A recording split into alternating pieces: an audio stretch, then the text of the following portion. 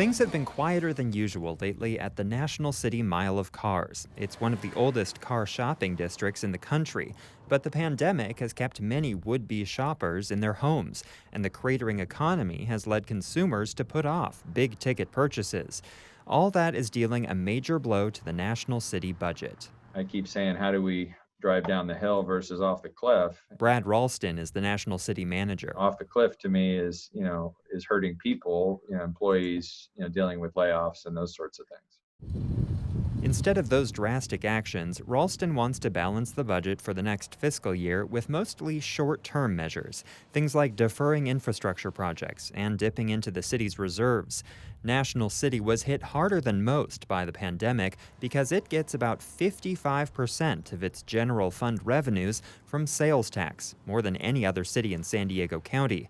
On top of the mile of cars, And you have one of the large regional malls in Plaza Bonita, Westfield Plaza Bonita, all of which contribute to the good and the bad of having a lot of sales tax. So the good, of course, is you need the revenues. The bad is when you have recessions, it tends to be more volatile than property tax and some of the other taxes that support local government.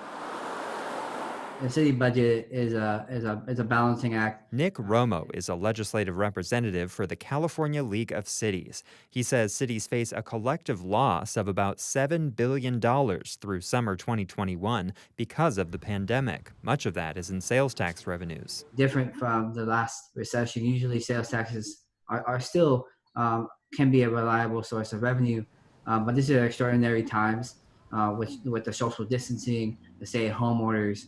That have really prevented all of us from being able to at least go down to the corner store and purchase something. So that has been a unique point of this crisis.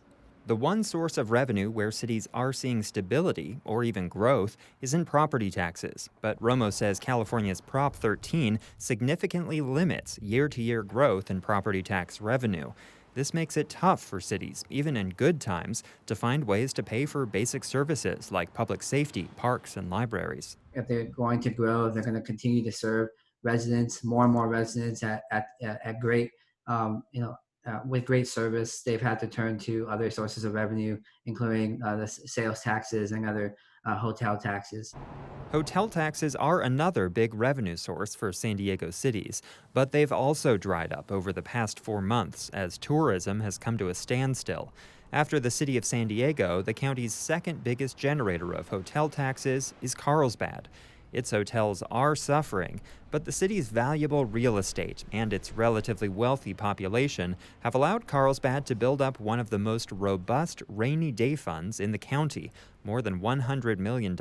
I do think that the city of Carlsbad's actually positioned likely better than most in the region. Scott Chadwick is the Carlsbad city manager. He says the city took advantage of the healthy economy before the pandemic to pay down a sizable chunk of its pension debt. I believe it was roughly $20 million that we paid down of our pension liability last year.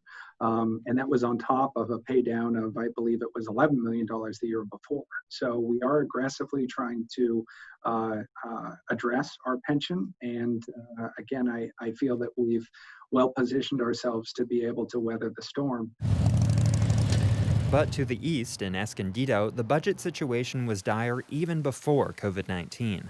City Manager Jeff Epp says he's planning on asking voters for a 1-cent sales tax increase in the November election. The difficulty is that our revenue situation just doesn't match up with the expenditures that are necessary to run a city of this size.